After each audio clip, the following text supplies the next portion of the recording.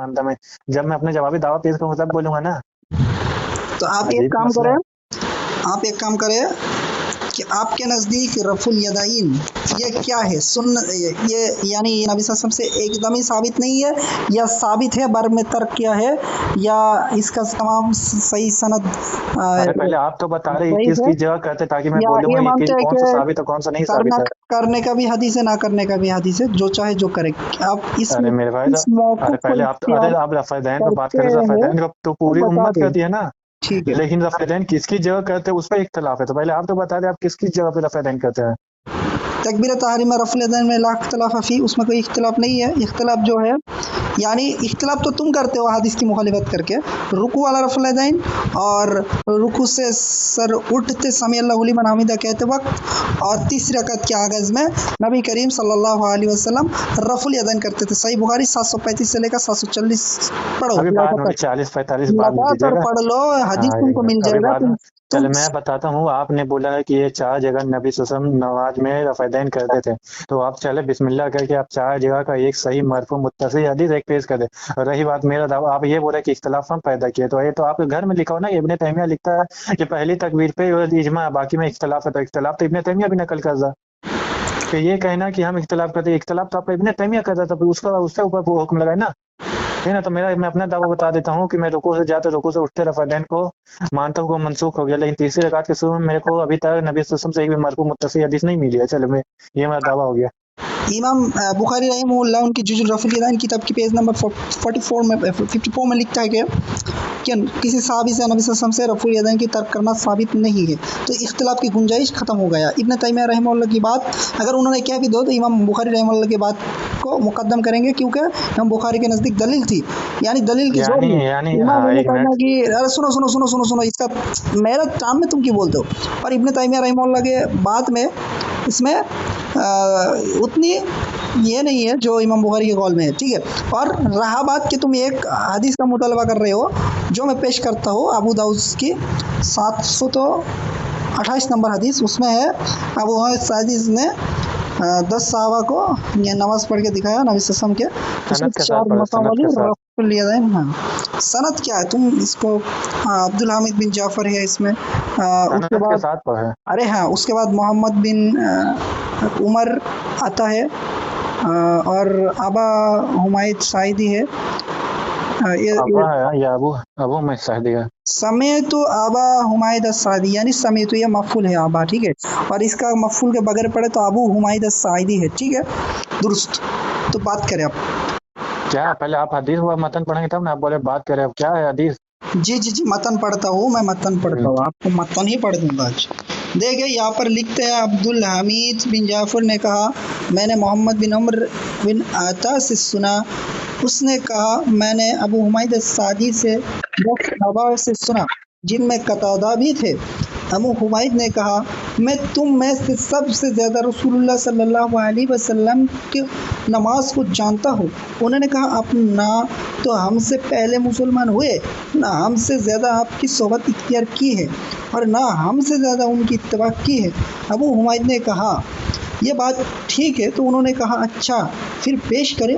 ابو حمید السعدی نے فرمایا رسول اللہ صلی اللہ علیہ وسلم جب نماز کے لیے کھڑے ہوتے تو اللہ اکبر کہتے اور اپنے دونوں ہاتھوں کندھوں تک اٹھاتے اور ہڈی اپنی جگہ پر ٹھہر جاتی. کندھوں تک اٹھانا کا مطلب ہے رفع یدیہ رفع الیدین. پھر قرات کرتے، پھر اپنے دونوں ہاتھ کندھوں تک اٹھاتے، پھر رکوع کرتے، پھر اپنے ہتھیلیوں کو اپنے دونوں گھٹنوں پر رکھتے. رکوع میں نہ سر اونچا رکھتے اور نہ نیچا، پھر سر اٹھاتے اور سمی اللہ لمن حمیدہ کہتے اور دونوں ہاتھ کندھوں تک اٹھاتے. پھر جب 2 رکعتوں پر کھڑے ہوتے تو دونوں ہاتھ اپنے کندھوں تک اٹھاتے. 10 صحابہ کرام رضی اللہ عنہم نے کہا آپ نے سچ کہا، نبی صلی اللہ علیہ وسلم اسی طرح نماز پڑھتے تھے. چلو میں بولوں یہ حدیث آپ انکار کریں گے آپ اور کافر ہو جائیں گے نا. آپ اپنے آپ کو سنی دعوی کرتے ہیں، حدیث کو نہیں مانتے. چلے بات کر. چلے بسم اللہ الرحمن الرحیم. سب سے پہلی بات ہے کہ میں ایک راوی ہے عبد الحمید بن جعفر. یہ میرے پاس امام حجر اسقلانی رحمۃ اللہ علیہ کتاب ہے تقریب التہذیب. ٹھیک ہے نا، تقریب التہذیب. اس میں اسی راوی کے ماتحت لکھتے ہیں کہ امام ابن حجر اسقلانی رحمۃ اللہ لکھتے ہیں کہ اس راوی سے کبھی کبھی وہم یعنی غلطی ہو جاتا تھا، اور پھر ابن حبان رحمۃ اللہ علیہ کا بھی قول نقل کرتے ہیں کہ اس سے غلطی ہو جاتا تھا۔ پھر میرے پاس ایک اور ہے، یہ سنن دارقطنی، اس کا جلد 1 صفحہ نمبر 154 ہے۔ امام دارقطنی رحمۃ اللہ علیہ فرماتے ہیں کہ اس راوی سے وہم ہوا کرتا تھا، یعنی وہ لکھتے ہیں کہ اس روایت میں ان سے وہم ہو گیا، غلطی ہو گئی، یعنی اس سے معلوم ہوا کہ عبدالحمید بن ظفر سے روایت بیان کرنے میں ان سے غلطیاں ہوتی تھی۔ ٹھیک نا، تو یہ میرے پاس ایک اور کتاب ہے، الظہور عن حدیث کا جلد 2 ہے، اس کا صفحہ نمبر 69 ہے۔ اس میں ابن حزم کو قول نقل کرتے ہوئے لکھتے ہیں کہ ابن حزم نے فرمایا ابو حمید سعدی رضی اللہ تعالیٰ ابو حمید سعدی نے اس روایت میں ابو حمید سعدی رضی اللہ تعالیٰ کو، یعنی عبدالحمید نے اس روایت کو ابو حمید سعدی رضی اللہ تعالیٰ کے حدیث میں غلطی کی ہے۔ کس نے؟ ابو حمید سعدی نے، یہ عبدالحمید بن ظفر نے اس میں روایت میں غلطی کی ہے۔ تو میں نے واضح کر دیا کہ اس روایت میں عبدالحمید سے خطا ہوئی ہے، غلطی ہوئی ہے، ٹھیک ہے نا، تو اس کا جواب دیں۔ ارے جوہر نکی کس کی کتاب ہے بھائی؟ جواب دیں نا۔ جوہر نکی جو کتاب نے پیش کیا ابن حزم کی قول ہے، کس کی کتاب ہے؟ یہ امام ترکمانی رحمۃ اللہ نے ابن حزم کا قول نقل کیا، ان کا کتاب ہے، ٹھیک ہے نا۔ اس کا سند کہا ہے بھائی؟ ڈائریکٹ امام میں ابن حزم سے پیش کرتا ہے۔ ابن حزم کس سال کی ہے؟ وہ تو متقدمین میں سے ہے، اور جوہر نکی کی امام ترکمانی حنفی وہ تو متاخر میں شمار ہوتے۔ تو اس میں بہت سی فیصلہ ہے، یعنی اس میں یعنی بہت سے ٹائم کا ڈیفرنس ہے۔ تو یہ کیسے یہ انہوں نے کس سے سنا ہے؟ اس کا سند کہا ہے بھائی؟ اسناد من الدین، سند دین کا حصہ ہے، تو سند پیش کرے، بلا سند باز لا حجت، حجت نہیں ہوتی۔ اور تیسری بات ہے کہ تم نے کہا کہ ابن حبان حجر اسقلانی، ارے بھائی امام حجر اسقلانی نہیں ہوتا، امام ابن حجر اسقلانی ہوتا ہے، نام ٹھیک سے پڑھو، ٹھیک ہے۔ اور دوسری بات یہ ہے کہ یہ حدیث صرف بہت سے اس کا ریفرنس ہے، یعنی اس کا تخریج آیا ہے، ٹھیک ہے، بہت سی کتاب میں حدیث آیا، صرف ابو داؤد میں نہیں آیا بھائی۔ سنو اس میں اس راوی کے بارے میں تم نے ذرا کیا عبدالحمید بن جعفر، ارے بھائی یہ تو ایسے 22 محدثین تم کو میں دکھاؤں گا ایسے کہ ابن حجر اسقلانی نے مجھے اسے صدوق کہا ہے، ٹھیک ہے۔ تم کتاب نہیں پڑھتے، کس کی بات کیا کہتے ہو بھائی؟ دیکھو پہلے امام ہے امام احمد بن حنبل، اس کے بارے میں کیا کہتے ہیں؟ سکۃ لیس بباس، سکہ ہے۔ ابن معین نے کہا سکہ لیس بباس، ابن عدی نے کہا ارجو انہ لا باس بی، ابن سعد نے کہا سکۃ کثیر الحدیث، سجی نے کہا سکۃ صدوق، ابن نمیر مسلم، امام مسلم، ابن خزیمہ، ابن حبان، علی بن مدنی۔ اور تم نے ابن حبان کی بات کہا نا، اس کا میں جواب دیتا ہوں انشاءاللہ۔ ترمذی، اس سب نے ابن قطان، عبدالحق، بیہقی، نسائی، یحییٰ بن سعید القطان، بوصیری، حاکم، ابن تیمیہ، ابن القیم، بخاری، ابن الحجر، 22 ایسے محدثین ہیں جس سے اس کا سکہ کہا ہے۔ تو جمہور کی رائے کو ہی ترجیح دیا جائے گا۔ میں بولوں؟ جی آپ بولے۔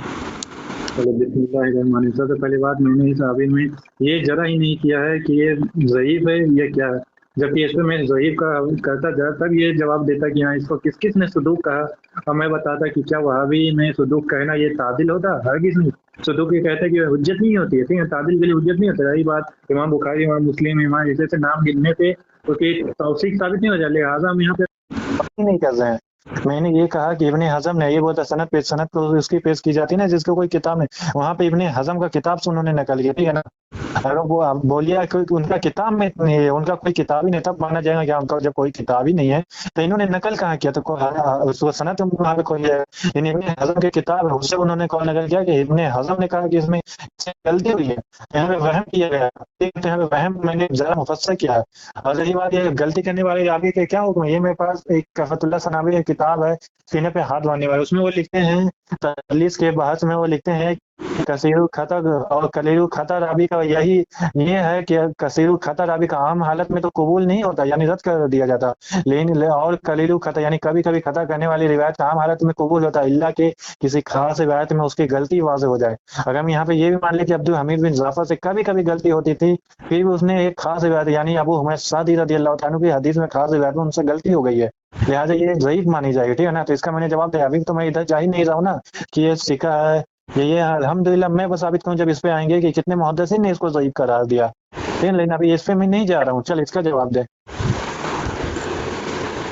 آپ نے کہا کہ امام نسائی نے اس کو سکہ کہا، ٹھیک نا، یعنی اس کو ضعیف کہا یا جرح کیا کہا نا، ابھی تو میں نے کہا ہی نہیں نا کہ میں اس پہ ذرا پہ بات کروں، میں پورا اگر ذرا پہ بات کروں تب میں انشاءاللہ پیش کروں گا، میں آپ ابھی تو کو میں اس اس کا کا صحیح بھی جواب نہیں کر رہا ہوں نا۔ ٹھیک ہے تو میں اس کا جواب دیتا ہوں مختصراً۔ امام اگر آپ حبان کی بات کریں، ٹھیک ہے، تو انہوں نے اس کو ضعیف کہا اور دوسرے میں سکہ کہا گیا، ٹھیک ہے۔ اور ضعیف کی میں بات ہی نہیں کر رہا ہوں ارے بھائی مجھے بھائی، بات اس کرنے سے دو، روایت کرنے میں غلطی ہوتی تھی۔ مجھے بات کرنے دو ٹھیک نا، ہے چلے بولے۔ ٹھیک ہے۔ تو فساکت قول ہو، ابن حبان کے دونوں متعدد قول ساکت ہو جائیں گے۔